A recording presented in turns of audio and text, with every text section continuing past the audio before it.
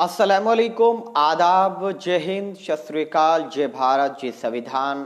मेरे देश के 138 करोड़ देशवासियों, उम्मीद करता हूं कि आप सभी खैरियत से होंगे। और आज जो सुप्रीम कोर्ट में हमने याचिका दाखिल की है नफरत फैलाने वालों के खिलाफ, उस पे मैं जानकारी देने के लिए हाजिर हुआ हूं कि अब मरकज पर नाटक करने वाले, झूठ फैलाने वालों को बख्शा नहीं जाएगा, ऐसा विश्वास है। और मैं उम्मीद करता हूं कि आप सभी साथी, मेरे देश के 138 करोड़ देशवासी घरों में लॉकडाउन का पालन कर रहे होंगे, अपनी सेहत का ख्याल रखे हुए होंगे, मेडिकल स्टाफ का सम्मान करते हुए आप अपनी सेहत का ख्याल रख रहे होंगे।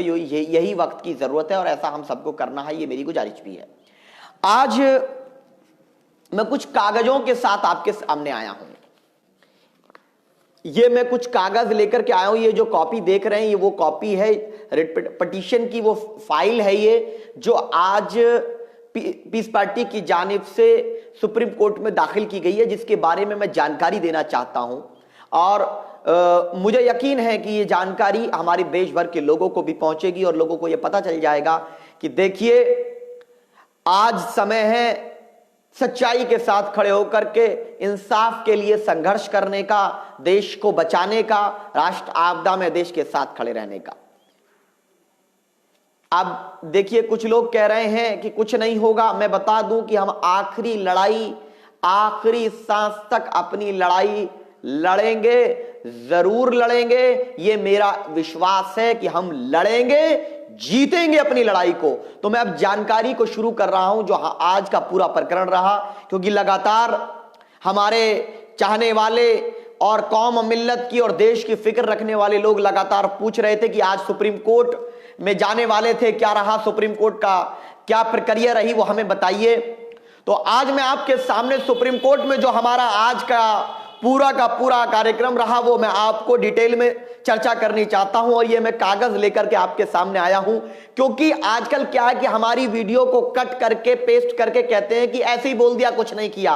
क्योंकि आरएसएस का ये एजेंडा है कि जब देश की बात हो, भाईचारे की बात हो, तो उसको गुमराह कर दो, जनता से विश्वास को खत्म कर दो। तो मैं ये लेकर के आया हूं और मैं आपको ये बता देता हूं कि मैं ये फाइल नंबर भी मैं दे दूंगा, जो चेक करते रहना बीजेपी के लोगों। और लेकिन अब हम नफरत फैलाने नहीं देंगे। ये मेरे पास वो पिटीशन की कॉपी है जो आज हमने फाइल की है। और क्यों फाइल की है, ये भी एक विषय है।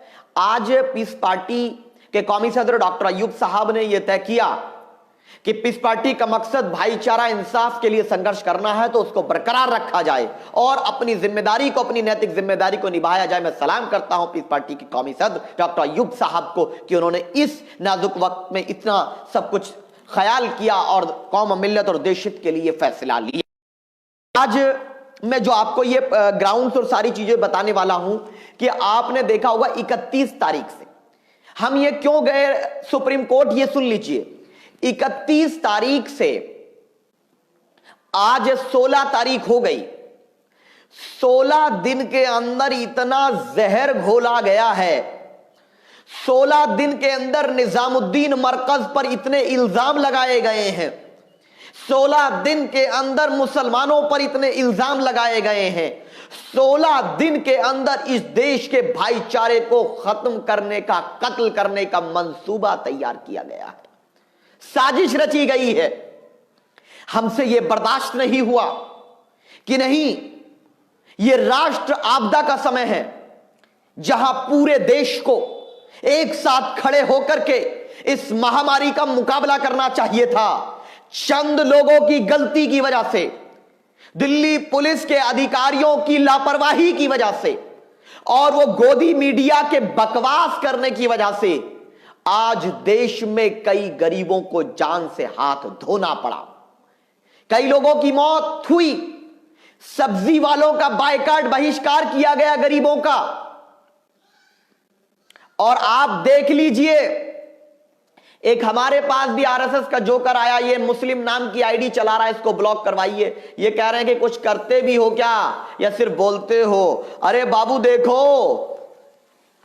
अपने, अगर तुम कांग्रेसी हो तो अपने राहुल गांधी से पूछो क्या किया निजामुद्दीन मरकज मामले में।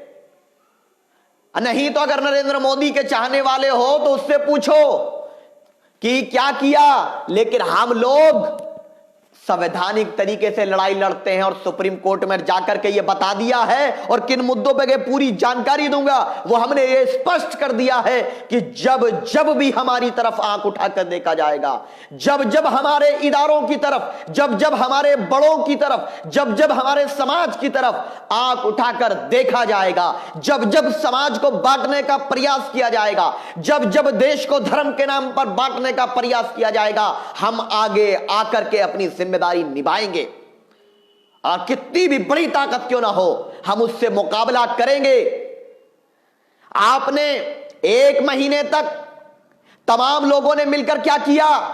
ये सरकार का प्रवक्ता रोज 4 बजे आता था और 4 बजे आकर के कहता था कि 1000 कोरोना पेशेंट मिले, उनमें से 100 तबलीगी जमात के हैं। यह गैर संवैधानिक है, इस बात का जिक्र किया है। यह गैर संवैधानिक है। जब देश महामारी से जूझ रहा है तो पीड़ित या मरीज जो है, चाहे वो किसी भी धर्म का, उसका धर्म बताने की इजाजत संविधान नहीं देता। यह उसके मौलिक अधिकारों के खिलाफ है। आर्टिकल 21 के खिलाफ वर्जी की गई है, जिसको हम लोगों ने ग्राउंड बनाया है आर्टिकल 32 का इस्तेमाल करते हुए कि आर्टिकल 21, आर्टिकल 14 और 19 फ्रीडम ऑफ एक्सप्रेशन और लिबर्टी जो है उसको छीनने का प्रयास किया गया है, और जिसका गलत इस्तेमाल किया गया है वो तमाम तथ्य हमने उस याचिका में रखे हैं। आपने देखा होगा, मैं वो सारे केस याद दिलाना चाहूंगा। सबसे पहले मैं टेक्निकल, क्योंकि कल मुझे बीजेपी के प्रवक्ता ने कहा था, धमकी दी थी जब हमने कहा कि हम कल याचिका डालेंगे, तो बीजेपी के प्रवक्ता ने क्या कहा? उसने हमको धमकी दी कि इन पे कार्रवाई करनी चाहिए, ये झूठ बोल रहे हैं, ये गुमराह कर रहे हैं। मैं आपको बता दूं हम क्यों फाइल किए। बीजेपी के राष्ट्रीय प्रवक्ता सुन ले, हमको तो धमकी देने से हमारे हौसले को कमजोर नहीं कर सकता। हमारी लड़ाई इंसाफ की है, हमारी लड़ाई भारत के भाईचारे को बचाने की है। ये मैं एक लाइन पढ़ रहा हूं, उसका मतलब मैं आपको फिर बताऊंगा। The petitioner therefore willing filing the present writ petition under Article 32 of Constitution of India on the following among the grounds which are taken without prejudice on matter। याना कि संविधान का आर्टिकल 32 पढ़ ले बीजेपी के लोगों। आज तुमने बहुत इल्जाम लगाए, तुमने कहा कि जमातियों ने थूका, हमने बर्दाश्त किया। तुमने कहा जमातियों ने हत्या कर दी, हमने बर्दाश्त किया। तो अब तो हद ये हो गई, पहले मौलाना साद साहब, मरकज निजामुद्दीन, उनके बहाने से पूरे मुसलमानों को टारगेट किया। हद तो ये हो गई कि बांद्रा में रेलवे स्टेशन पे लोग इकट्ठा हुए तो रजत शर्मा, ये अपने आप को कोई हेड बताने वाला, इंडिया टीवी का रजत शर्मा, और कई चैनल, न्यूज नेशन वाला वो है दीपक चरसिया, वो चरसिया और ये दोनों मिलकर कहे कि मस्जिद की वजह से मस्जिद पे भीड़ इकट्ठा हो गई। हमने कहा बर्दाश्त नहीं होगा। जब कल मौलाना साद साहब के खिलाफ गैर इरादतन हत्या का मुकदमा दर्ज किया, इनडायरेक्टली मर्डर का मुकदमा इनडायरेक्टली जब दर्ज किया, तो फिर हमने यह फैसला किया कि अब बर्दाश्त के बाहर बात है।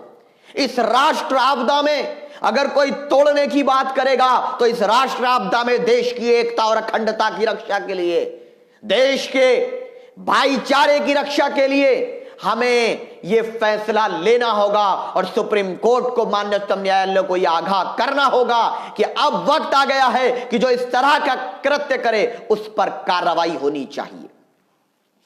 तो मैं आपको आज जो बताने के लिए मैं हाजिर हुआ हूं कि हमने क्या क्या आधार बनाया है और क्या क्या हमारी जो पिटीशन है, आप एक एक शेयर कर दें सभी साथी। जब तक मैं आपको ये पिटीशन की कॉपी जो मेरे हाथ में थी वो मैं पढ़कर के भी कई उसके पॉइंट बताऊंगा, आप सभी साथी शेयर कर दें। किसको हमने इसमें पार्टी बनाया है वो भी आपको हम बता देंगे। आप सभी साथी एक एक शेयर कर दें। ये जो फाइल है ये किसके खिलाफ डाला है पहले ये मैं आपको बता दूं, फिर तसल्ली बख्श तमाम चीजों पे चर्चा हो जाएगी। और अगर आप लोग एक एक शेयर कर देंगे तो 10,000 लोग हमारे साथ सीधा जुड़ जाएंगे और ये खबर रूबिका लियाकत, रजत शर्मा और दीपक चरसिया उन सब तक पहुंच जाएगी कि तुम ये समझते हो कि एसी के कमरे में बैठकर देश को बांट दोगे, तुम ये समझते हो कि तुम निजामुद्दीन मरकज को बदनाम करने के लिए बकवास करोगे, तुम ये समझते हो कि देश के अल्पसंख्यकों को, मुसलमानों को बदनाम करके दलित भाइयों के, यादव भाइयों के, जाटव भाइयों के, प्रजापति भाइयों के, पाल भाइयों के दिल में नफरत पैदा करने की कोशिश कर दोगे। तो याद रखो अभी पीस पार्टी है, डॉक्टर अयूब साहब है, हम लोग बाकी हैं, हम तुम्हारी एक एक कृत्य के खिलाफ मुकदमा दाखिल करा करके तुमको सुधीर चौधरी जैसे जेल गया था ना, तुम्हारे खिलाफ भी वही काम कराना हमारा लक्ष्य होगा। सबसे पहले मैं आपको यह बता दूं कि यह पिटीशन हम लोगों ने दाखिल की है। एक तो भारत सरकार को इसमें पार्टी बनाया है। भारत सरकार को क्यों बनाया है? भारत सरकार को इसलिए बनाया कि भारत सरकार ने धर्म के नाम पर आंकड़े दिए जो गैर संवैधानिक है। भारत सरकार ने धर्म के नाम पर मरीजों के, पीड़ित लोगों के आंकड़े दिए जो अनकॉन्स्टिट्यूशनल है, गैर संवैधानिक है। और जो भी गैर संवैधानिक काम करेगा, चाहे वो देश का गरीब हो, मालदार हो, कोई भी हो, गैर संवैधानिक काम अगर नरेंद्र मोदी जी भी करेंगे तो नरेंद्र मोदी जी के खिलाफ जाकर मुकदमा हम दाखिल कराएंगे, क्योंकि हम देश की परवाह करते हैं, जान की परवाह नहीं करते, न तुम जैसों से डरते हैं। दूसरा, ministry of information and broadcasting, जिनकी जिम्मेदारी है ये ब्रॉडकास्ट को कंट्रोल करना। तीसरा, प्रेस काउंसिल ऑफ इंडिया, कि प्रेस काउंसिल जो भारत सरकार के अधीन आती है, इसको बनाया क्यों गया है? क्या कुछ भी उल्टा सीधा आएंगे? कोट पैंट पहनकर, हाथ में कागज लेकर, सामने स्क्रीन पर पढ़कर कि तबलीगी जमात के लोगों ने इलाहाबाद में कर दी हत्या, फिर इलाहाबाद पुलिस कहती है ऐसा हुआ नहीं। लेकिन जनता के दिल में, उस गरीब यादव के दिल में, गरीब प्रजापति, गरीब पाल, गरीब सैनी, गरीब मौर्य, गरीब कोरी, गरीब जाटव, गरीब यादव, गरीब वैश्य, इन सभी लोगों के दिल में तो तुमने नफरत पैदा कर दी। तुमने यह बता दिया कि यह कोरोना मुसलमानों ने फैलाया है। आज शादाब चौहान बताएगा कि कोरोना किसने फैलाया है। आज शादाब चौहान बताएगा कि कोरोना किसने फैलाया है। और इसलिए बताएंगे कि तुमने इल्जाम लगाया, तुमने देश को तोड़ने के लिए क्या क्या षड्यंत्र नहीं रचा। एसी के कमरों में बैठ करके आइडियोलॉजिकल टेररिज्म फैलाने वाले पत्रकारों, तुमने सरकार की चाटुकारिता के समुद्र में डूबकर देश का कितना बड़ा नुकसान किया है। क्या तुम्हें ये इस बात का अंदाजा है? और मेरा यह विश्वास है, मुझे ऐसा लगता है कि भारत कोरोना वायरस से तो लड़ लेगा, इस राष्ट्र आपदा से तो निकल जाएगा, इस महामारी से तो मुकाबला कर लेगा। लेकिन जो जहर समाज में ये मीडिया घोल रहा है, वो जहर सदियों तक खत्म नहीं होगा, जिसका नुकसान हमेशा देश को होता रहेगा। इस नुकसान को बचाने के लिए राष्ट्र हित में पीस पार्टी ने ये जो याचिका सुप्रीम कोर्ट में डाली गई है, जो कागज, जो फाइल मेरे पास है, वो राष्ट्र हित में इसलिए फैसला लिया क्योंकि गुजरात में चंद 400 लोग इकट्ठा होते हैं, 400 लोग इकट्ठा होकर के भाषण देते हैं कि हम लोग मुसलमानों से का आर्थिक बहिष्कार करते हैं। क्या ये लोग देशद्रोही नहीं है? या ये लोग आतंकवाद नहीं फैला रहे हैं? ये आतंकवाद की श्रेणी है जो एसी के कमरे में बैठ करके भारत के सामाजिक ताने बाने को बर्बाद कर देना चाहते हैं। इन्हें यह लगता है कि सोशल मीडिया पे उठी हुई हर आवाज को दबा दिया जाएगा, लेकिन अब बताना होगा कि हमारी आवाज देश की हिफाजत के लिए है, हमारी आवाज देश के सामाजिक ताने बाने की रक्षा के लिए है, हमारी आवाज नफरत फैलाने के लिए नहीं बल्कि नफरत को खत्म करने के लिए है। हमारा इतिहास, हमारी पार्टी का इतिहास भाईचारा कायम करना है। और उसके बाद दिल्ली के एक इलाके में एक शख्स की हत्या इसलिए हो गई कि वो तबलीगी जमात से ताल्लुक रखता था। यह इल्जाम लगाया कि तुम कोरोना फैला रहे हो और उनकी हत्या कर दी गई। मध्य प्रदेश के अंदर मध्य प्रदेश के अंदर एक व्यक्ति को सब्जी देने से मना कर दिया गया। दिल्ली के शास्त्री नगर में एक लड़के को, एक नौजवान को इसलिए मारा गया कि वो सब्जी बेच रहा था और वो मुसलमान था। ये कौन लोग हैं? ये बौद्धिक आतंकवादी लोग हैं। एक तरफ सरकार कह रही है कि राष्ट्र आपदा में आओ सब मिलकर साथ लड़ें, और अगर सब साथ मिलकर काम करना चाहते हैं तो ये एसी के कमरों में बैठकर नफरत फैलाने वाले जोकर, ये नफरतबाज उस पूरी मुहिम को तबाह और बर्बाद कर देते हैं। दूसरा पॉइंट जो मैं आपको पॉइंट बता रहा था, अपनी याचिका के एक एक साथी शेयर और कर दें। अब ये समझ लीजिए कि हमारी बात सीधे रजत शर्मा, रूबिका लियाकत, दीपक चरसिया, सुधीर चौधरी और अर्नब गोस्वामी बोलते हैं, उस तक जाएगी ये बात, मुझे यकीन है। क्योंकि ये लोग नजरें गड़ाए रखे कल से पूरे ट्विटर पर मेरी उस वीडियो को ट्वीट किया, बाकायदा सारे प्रदेशों की पुलिस को मेंशन किया बीजेपी के राष्ट्रीय प्रवक्ता ने, कि कहा कि कार्रवाई करिए। अरे बताइए, क्या सुप्रीम कोर्ट जाना गुनाह हो गया? अरे तुम मुझसे कौन कौन सा अधिकार छीनना चाहते हो? याद रखिए कि कोई अधिकार तुम नहीं छीन सकते जब तक जिंदा रहेंगे। भारत के संविधान की रक्षा के लिए, भारत के सामाजिक ताने बाने की रक्षा के लिए, भारत के मजदूरों, गरीबों, किसानों के मौलिक अधिकारों की रक्षा के लिए संघर्ष जारी रहेगा। तुम्हारी ये अहंकारी सरकार हमको, हमारी हत्या तो करा सकती है, लेकिन ये अहंकारी सरकार ना आवाज रोक सकती है, न इस राष्ट्र आपदा में राष्ट्र सेवा करने से हमको रोक सकती है। ये राष्ट्र सेवा है जो हम कर रहे हैं। ये देखिए, सेकंड ग्राउंड में बता रहा हूं, बहुत इंपॉर्टेंट है। सरकार के लोग जो सुन रहे हो वो भी सुन लें, और जो सरकार के लोग नहीं सुन रहे उन तक भी बात चली जाए। अंग्रेजी में है, उसका मतलब मैं हिंदी में आपको बता दूंगा। For that, it's further summarized that is state's duty to give equal protection of the law to all persons in India under Article 14 of the Constitution by not taking action against the media to maintain criminal harm in such a critically sensitive time for the country. The respondents have fulfilled in their duty under the Constitution. इसका क्या मतलब है? ये हमारा ground number 2 था जो मैंने आपको बताया, फोल्ड करके ग्राउंड नंबर 2 था कि इसका मतलब हिंदी में मैं आपको बता रहा हूं, क्योंकि जब लोग सवाल आपसे करें कि पीस पार्टी ने क्यों याचिका दाखिल की, तो बताना कि देश हित के लिए की, देश के सामाजिक ताने बाने की रक्षा के लिए, संविधान की रक्षा के लिए फैसला लिया था।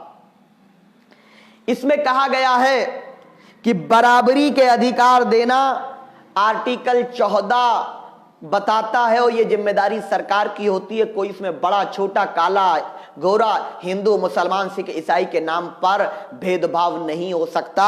और मीडिया ने जो भेदभाव किया, हर चीज को मुसलमानों से लिंक किया, वीडियो फर्जी आए, जितने भी ट्वीट्स बहुत सारे किए, जिसको खुद यूपी पुलिस ने कैंसिल किया, यानी कि उसका बायकॉट किया, बहिष्कार किया, रिजेक्ट किया।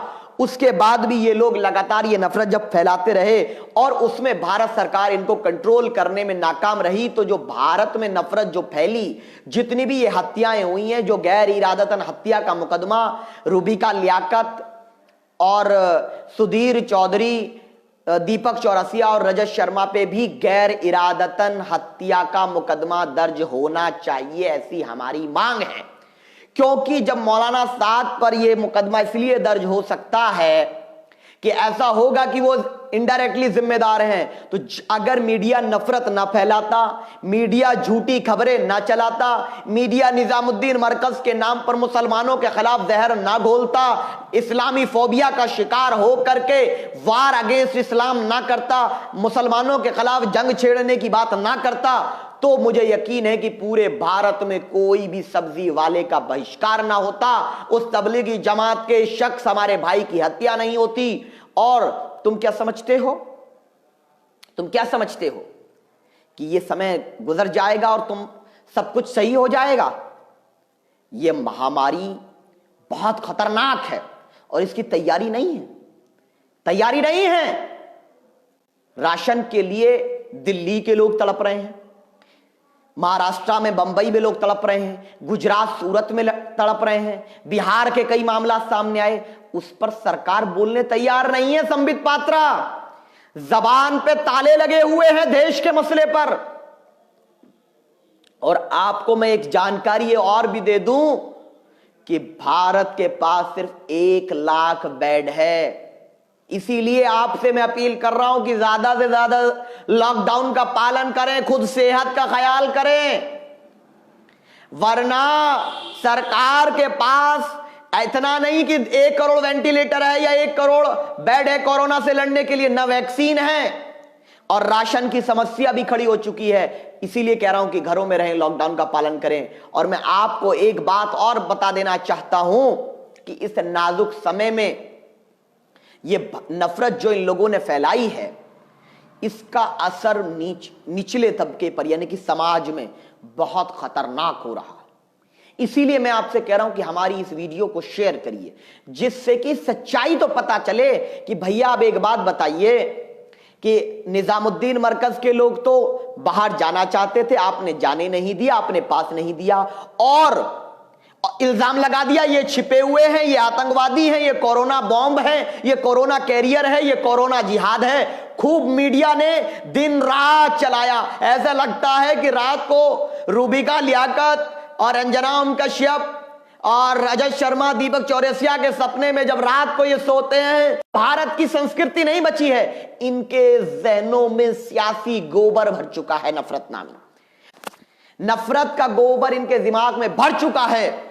और इस नफरत के गोबर का एक ही इलाज है, और उस गोबर का असर इन्होंने जनता पे निकालना शुरू किया है, वो झूठ फैलाया है। तो ये एक काम ये है कि आप ये बात जनता तक पहुंचाएं, प्लीज शेयर। इसीलिए मैं कह रहा हूं जनता तक पहुंचाएं ये बात। दूसरा पॉइंट कि वो जो जाना चाहते थे उनको कह दिया ये छिपे हुए हैं, ये आतंकवादी हैं, कोरोना बॉम्बर हैं, कोरोना जिहादी हैं। और जो बाहर निकल गए उनको क्या कहते हैं मजदूरों को कि वापस घर में चले जाओ।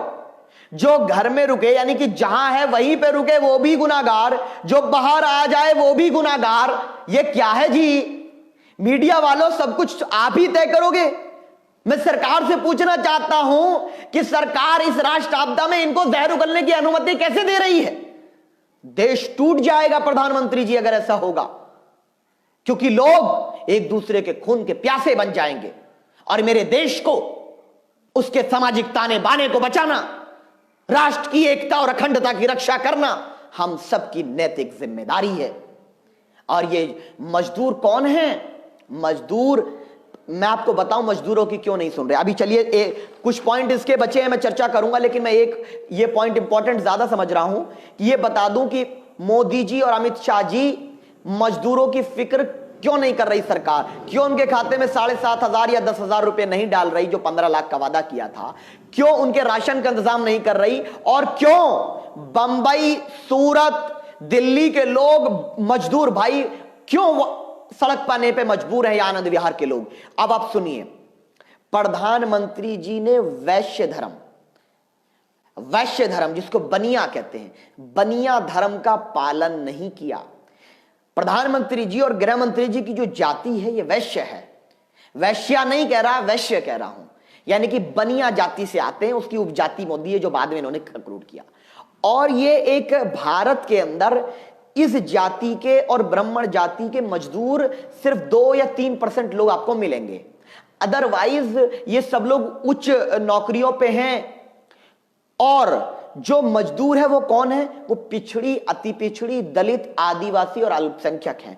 सबसे ज्यादा मजदूर जो है वो दलित है, पाल है, प्रजापति है, सैनी है, मौर्य है, आपका राजभर है, चौरसिया है, और कुछ और जाति, यादव, जाटव, गुज्जर ये हैं, या सिख समुदाय कहीं जॉब करता है। ये लोग ज्यादातर मजदूर हैं और इनको नीच माना जाता है, पिछड़ी जाति कहा जाता है।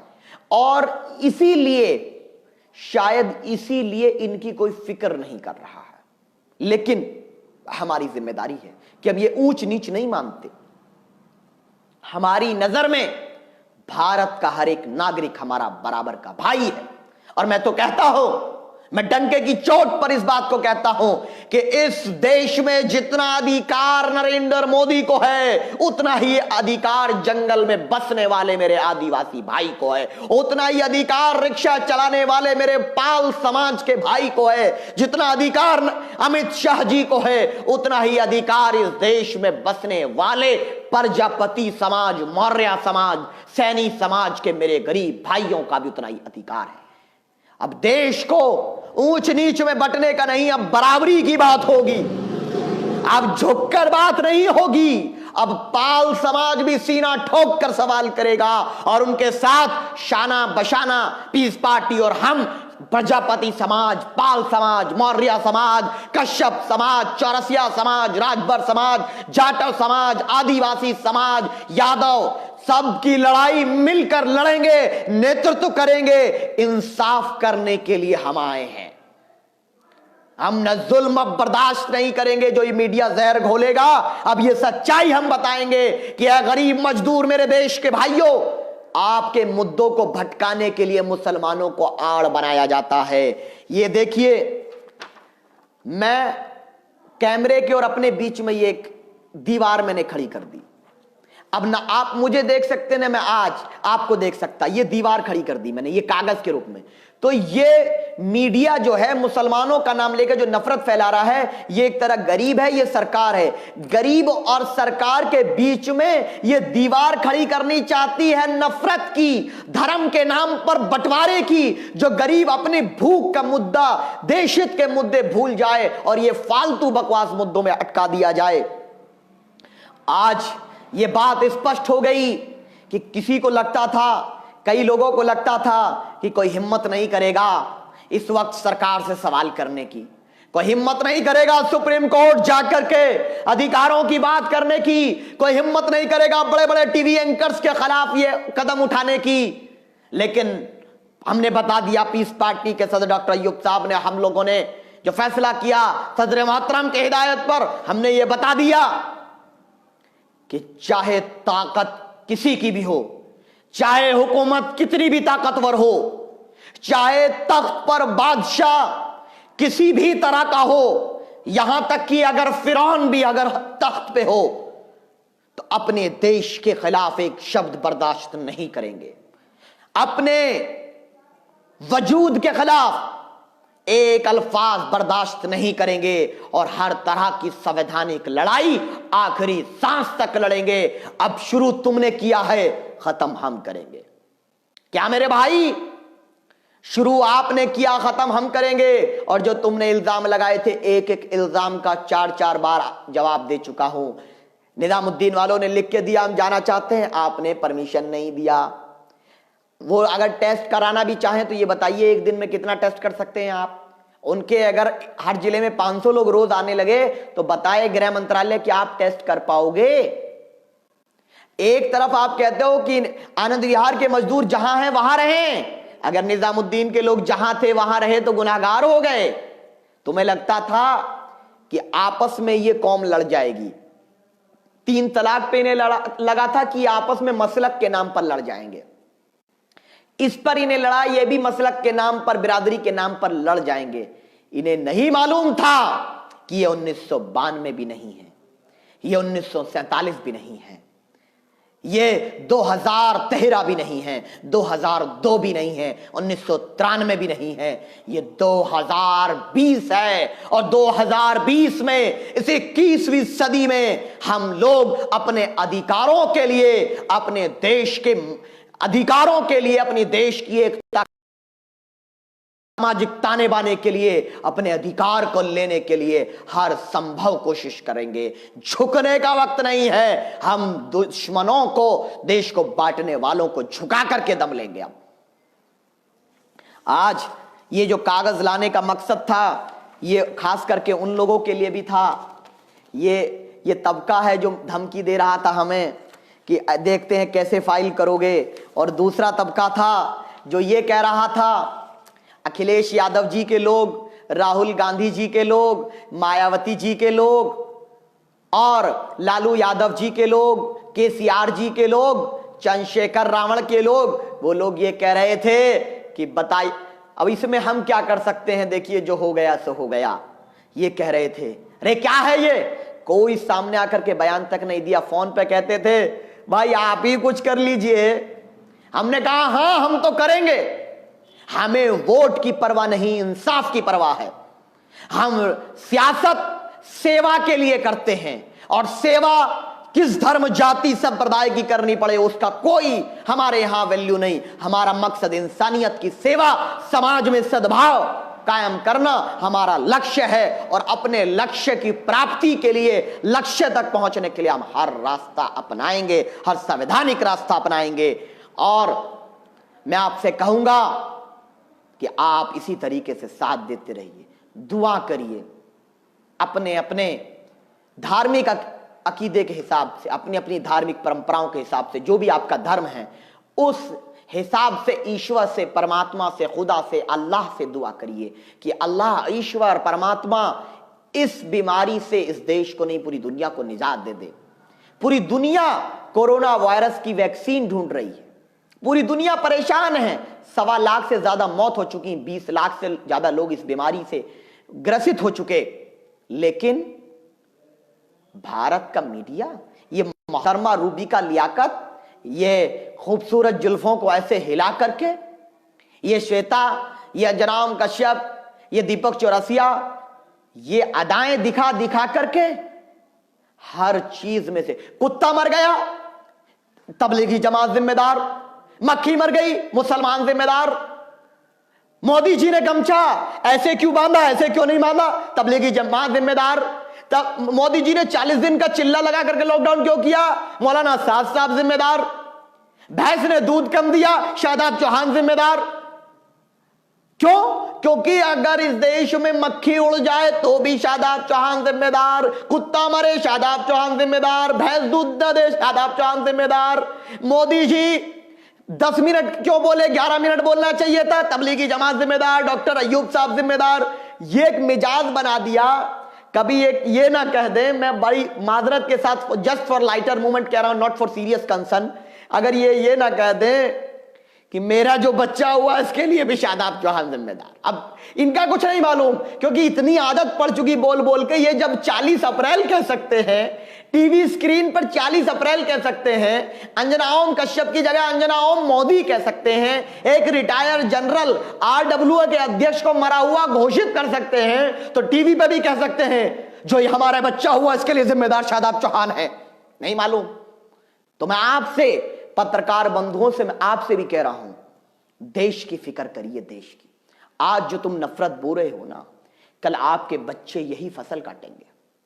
आपके बच्चे जब पढ़ने जाएंगे ना, जब आपके बच्चे समाज में जाएंगे, एसी के कमरे से बाहर निकलेंगे, पता नहीं, ईश्वर ना करे, ऊपर वाला ना करे, हो सकता है कि कोई नफरत का ठेकेदार, कोई देश का दुश्मन उनकी लाश को नफरत के नाम पर इकट्ठा करके मारकर उनके तुम्हारे घर भेज दे। क्या गुजरेगी तुम पर, रजत शर्मा जी और दीपक चौरसिया और तमाम पत्रकार लोगों, इस तरह की पत्रकारिता करने वालों को मैं मुखातिब हूं, तुम्हें क्या गुजरेगी जब तुम्हारे बच्चे को धर्म के नाम पर अगर हत्या कर दी जाए, अगर कोई गुंडा, कोई जालिम ये हरकत तुम्हारे बच्चे के साथ करे तो क्या गुजरेगी। दिल में दर्द पैदा करो, देशभक्ति पैदा करो, यही देशभक्ति है। यही देशभक्ति है कि भारत में अगर कोई मां अपने बच्चे के लिए राशन और दूध मांग रही है तो उसके दुख में शामिल होना और उसकी मदद करना ही देशभक्ति है। गरीब के परेशानी में शामिल होना ही देशभक्ति है। सिख समुदाय जो काम कर रहा है, मैं उनके जज्बे को सलाम, लंगर से लेकर तमाम जो काम कर रहे हैं। और मैं सोनिया गांधी जी आपसे पूछना चाहता हूं, क्या ईसाई धर्म की यही शिक्षा है कि आप, सरकार नफरत फैला रही है, मीडिया नफरत फैला रही है, लेकिन आपने भी ईसाई धर्म का पालन नहीं किया। सोनिया गांधी जी, कि आप ये कहती कि जो ये मीडिया नफरत फैला रहा है हम इसका बहिष्कार करते हैं सुप्रीम कोर्ट, तो सोनिया गांधी जी आपको जाना चाहिए था। 70 साल वोट हमारे लोगों ने आपको दिया है। सुप्रीम कोर्ट अखिलेश यादव जी को जाना चाहिए था, सुप्रीम कोर्ट तो बहन कौर मायावती जी को जाना चाहिए था। लेकिन ये वक्त है अपने और गैर को पहचानने का। ये लोगों को देश से मतलब नहीं, राष्ट्र से मतलब नहीं, गरीब से मतलब नहीं, इनको सिर्फ हमारे वोट से मतलब है। और आज पूरे देश में अगर कोई खड़ा हुआ है, पूरे देश के अंदर अगर कोई खड़ा हुआ है, मुझे गर्व है, फख्र है कि हमने इतनी जुर्रत और हिम्मत की है, डॉक्टर अय्यूब साहब ने इतनी जुर्रत और हिम्मत हमने की है कि हम सरकार के सामने या किसी दूसरे के सामने झुके नहीं हैं। जहां कदम सही उठाए हैं तो तायीद की है, अगर सरकार ने कदम देश हित में नहीं उठाए तो सीना ठोक कर उसका मुकाबला किया है। चाहे बाबरी मस्जिद की क्यूरेटिव पिटीशन का मामला हो, पूरे देश में पहली क्यूरेटिव पिटीशन बाबरी मस्जिद के मामले में हमने डाली, आज भी वो पेंडिंग है। सीए का मामला आया, कानून बनने के बाद सबसे पहले पिटीशन हमने डाली, हम उस लड़ाई को हम लड़ रहे हैं। लेकिन अब साथ में खड़ा होना होगा, ये लड़ाई अकेले नहीं जीती जा सकती। इतिहास बताता है, तारीख बताती है, कोई भी लड़ाई अकेले नहीं जीती जाती। उस लड़ाई को जीतने के लिए समान विचारधारा के, इंसानियत पर भरोसा रखने वाले, भारत के सांस्कृतिक ताने बाने पर विश्वास रखने वाले सभी लोगों को एकजुट होकर के भारत को मनुवादी मानसिकता से आजाद कराना होगा। और वो तभी मुमकिन होगा जब सरकार हमारी होगी, जब सरकार हमारी होगी। और सरकार बनाने के लिए, वजूद बनाने के लिए मेहनत और संघर्ष करने के लिए अब तैयार होना होगा। नहीं तो ये नहीं मालूम कि कितनी परेशानी आने वाली है। ये लोग बार बार बार बार षड्यंत्र रच रहे हैं। कई जगह पर तबलीगी जमात के लोगों के साथ बेहुरमती की गई। हमने अधिकारियों से बात की तो ये बात आने वाले दिनों में बहुत ज्यादा होगी, क्योंकि सबके दिल में नफरत पैदा कर दी मीडिया ने। इसीलिए हमने इतना बड़ा फैसला किया है कि आज पीस पार्टी वहां गई, सुप्रीम कोर्ट, वहां जाकर के हमने ये याचिका दाखिल की और उच्चतम न्यायालय को यह कहा कि यह बहुत सीरियस मसला है मान्यवर। ये कोई उमाशंकर सिंह है, अरे रूबी का लियाकत से फेस टू फेस डिबेट, अरे उसकी हिम्मत नहीं है मेरे शादाब चौहान से डिबेट करे। अगर आप उसके भक्त हैं तो ये मेरा वीडियो कट करके ना अपनी मोहतरमा, अपनी मैडम को, जिसकी आप चैनल को पसंद करते हैं, मोहतरमा रूबी का लियाकत को पहुंचा दो। शादाब चौहान डिबेट के लिए तैयार है और दीपक चौरसिया से भी तैयार है, क्योंकि शादाब चौहान अंसार रजा की तरह सरकारी दलाल नहीं है। छुपकर बात नहीं करेगा, सबूत, तथ्य और राष्ट्र हित में बात करेगा। जो भी बात करेगा देश के सामाजिक समस्या को बनाने की बात करेगा, बिगाड़ने वाली बात नहीं करेगा। और उनसे जिस भाषा में वो समझेंगे उस भाषा में हम बोलना जानते हैं। तो मैं आपसे वही इसी को लेकर के आज हम गए सुप्रीम कोर्ट से। हमने यही कहा, यही पिटीशन के जरिए कि देखिए, अगर इस नाजुक वक्त में देश हित में ये बड़े फैसले न लिए गए तो बहुत बड़ा नुकसान हो जाएगा, बड़ा नुकसान हो जाएगा। देश को बिखरने से बचाना है इस राष्ट्र आपदा में, और ऐसी घटनाएं पूरे देश में घटने लगी हैं जिसकी जिम्मेदार गैर इरादतन हत्या का मुकदमा, मैं तो कहता हूं कि रूबी का लियाकत हो या उस नफरत की पत्रकारिता जिस भी पत्रकार ने की, जिसने नहीं की, हम उसके समर्थक हैं। कोई भी हो, चाहे अगर कोई अच्छा पत्रकारिता, फ्रेश जर्नलिज्म करता है, हम उसके समर्थक हैं। हम पत्रकारिता के खिलाफ नहीं, हम पत्रकारों के खिलाफ बिल्कुल नहीं है। पीस पार्टी पत्रकारों के खिलाफ नहीं है। पत्रकार भाइयों से हमारा हमेशा संबंध रहा है, हमेशा वो हमारा, हम उनका सम्मान करते रहे हैं। लेकिन हम उनके खिलाफ हैं जो पत्रकारिता के नाम पर सरकार की चाटुकारिता करते हैं, हम उनके सिर्फ खिलाफ हैं। और मैं ये गुजारिश करता हूं कि ये बात पूरे देश के लोगों तक पहुंचा दें। और ये जो वीडियो आप शेयर करते हैं, ऐसा नहीं है कि ये उन तक नहीं पहुंचता है। ये रजत शर्मा के इंडिया टीवी वाला जो है ना, आपकी अदालत वाला, उसकी अदालत में भी पहुंच जाता है, दीपक चौरसिया तक भी पहुंच जाता है। फेसबुक सबके पास है। आजकल नरेंद्र मोदी भी फेसबुक पे ही बात करते हैं, आजकल आज राहुल गांधी ने भी फेसबुक पे ही बात लिखी। लेकिन अफसोस, मौलाना साहब के बारे में एक लफ्ज नहीं बोला, निजामुद्दीन मरकज के बारे में एक लफ्ज नहीं बोला। हमें उम्मीद भी नहीं है तुम जैसों से। हम अपनी लड़ाई खुद लड़ेंगे, हम अपनी लड़ाई संवैधानिक तरीके से खुद लड़ेंगे और ये बताएंगे कि पूरे प्रकरण के लिए सरकार जिम्मेदार है और नफरत फैलाने के लिए मीडिया जिम्मेदार है। इसमें कोई कृत्य, कोई गलत काम नहीं हुआ है। तो आपसे गुजारिश है, इसको शेयर करें। आपका शेयर इस बात को, सच्चाई को जनता तक लेकर जाएगा, जिससे कि हमें भी एक ये उम्मीद बनेगी कि जो लड़ाई हम लोग जान हथेली पे रखकर, तमाम धमकियों को दरकिनार करते हुए हम जो ये संघर्ष कर रहे हैं, वो संघर्ष में हमारी कौम, हमारा देश हमारे साथ है। तो हमें भी हौसला मिलेगा जालिमों से टकराने का, कि जालिम कितना भी ताकतवर हो, उसके सामने ये सर झुकने ना पाए। यही हमारा कर्तव्य होगा। जय हिंद, जय भारत।